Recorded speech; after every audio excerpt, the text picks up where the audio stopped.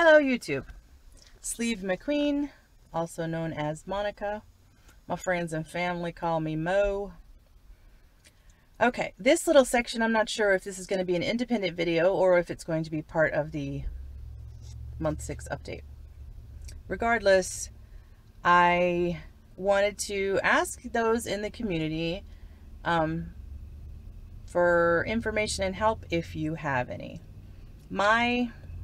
I'm going to try not to cry. Every time I've tried to make this video, I've cried. So just get ready for it because you know that's how I roll. Tears come. That's just the way it is. My youngest son, Jackson, some of you guys met him in Ohio. You've seen him in a video or two.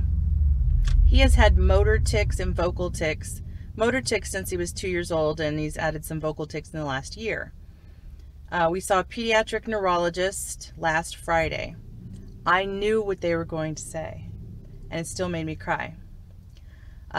Jackson has received a diagnosis of Tourette's syndrome. See, I told you, I can't say it. One day I'm going to be able to say it with a straight face. He received a diagnosis of Tourette's syndrome. I knew that was coming. He has ticked for 5 years.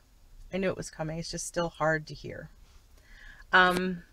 I made a compilation video for the pediatric neurologist with video clips from the very first time I noticed the eye blinking, which was the first tick he did at 2 years old, through some of the more complicated tics. I made it like 1.5 minutes long. If any of you guys want to see it, I will share it.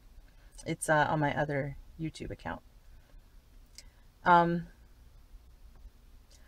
learned some things in the appointment. I learned that he does that he taps on his desk incessantly and it drives his table mates crazy. I didn't know that. His teacher has been very kind this year. So it was rough. I kind of blanked out there for a minute. It's hard because I've learned a lot more in the past few days about the comorbidities that almost always go along with Tourette's syndrome, like anxiety, depression, OCD, ADHD, learning disabilities, sensory processing disorder. He already has some sensory processing disorder. That's why he had trouble eating when he was young, and we did speech therapy and all of those things.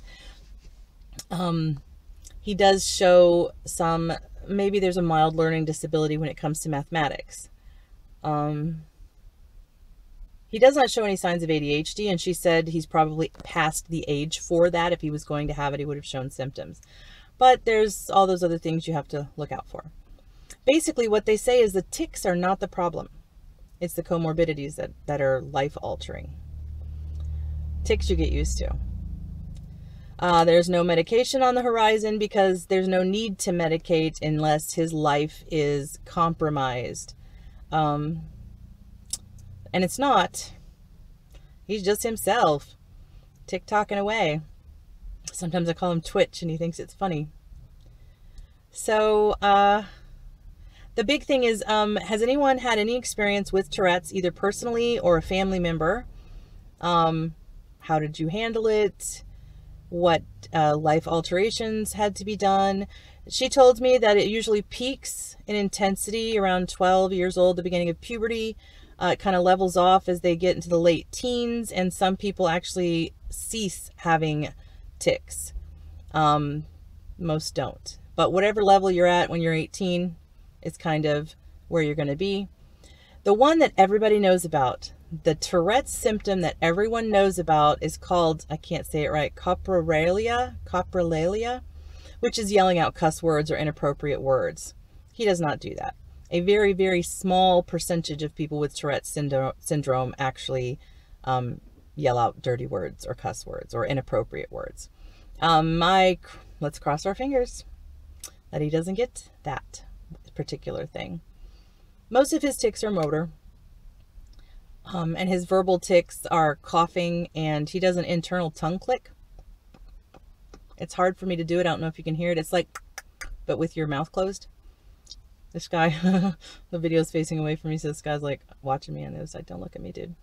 Let's give him the stank eye. Okay, so I have to ask the school for a 504 plan. Any of you dealt with that? The internet kind of leads you to believe that it is a major fight to get the school to offer any kind of accommodations for a child.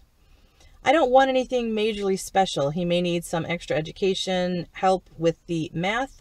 Mainly, I don't want him to be penalized, punished, or shamed if his ticking causes any distractions in the classroom.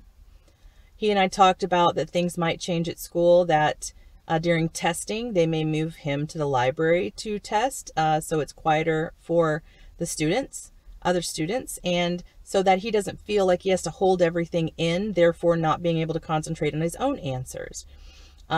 We talked about a little bit about what he would say to people if they ask him what he's doing. He already has this thing called a bouncy band, bouncybands.com, I think, maybe with a Z, bouncybands.com. It is a hard rubber band that goes between the front chair legs of his school chair, so he can push against it with his feet. He can fidget his feet against it. Today, I created for him a thick pad made out of crochet that he's going to attempt to put on his desk and tap his finger on that so that maybe the sound is muffled and he can still tap and the other students don't hear it. Little things like that. He uses a special grip on his pencil because he has very poor penmanship. Pencilmanship? Is it pencilmanship in second grade? So, yeah, he's going to have some accommodations. The pediatric neurologist said you definitely want them in place now because third grade gets harder. More is expected of them educationally and socially. I may have already said that out loud. If I did, sorry for repeating myself. And I will adjust. I will be able to say my son has Tourette's syndrome without getting tears eventually. I will. I've looked into support groups. Our area sucks for support groups, but I may create one. I think there should be a play group for kids with Tourette's because the majority of symptom bearers, the majority of symptomatic people are below 18. They need to hang out with each other. They need to feel, you know, they need to know they're not alone. There are summer camps. I've watched documentaries about them in the past. He's too little to go to summer camp, but anyway, long talking here. So this probably will be its own separate video because I've babbled on. I am heading into my month 6 weight loss management appointment. Wish me luck. Thanks in advance for any information that you have to share. Don't say, I'm so sorry, or I'm sorry this is happening to your family, because I need to not feel like it's a sad thing. So tell me congratulations on finding out the diagnosis, or, you know, things like that. Also, please don't say, at least it's Tourette's and not leukemia, or at least it's Tourette's and not a car accident. I am grateful that he does not have a life-threatening condition, but I'll be really upset if someone tries to downplay it because it's very big in our world right now. Okay. Thank you guys so much for always supporting me and always being kind to me. And I love you all. Okay, bye-bye.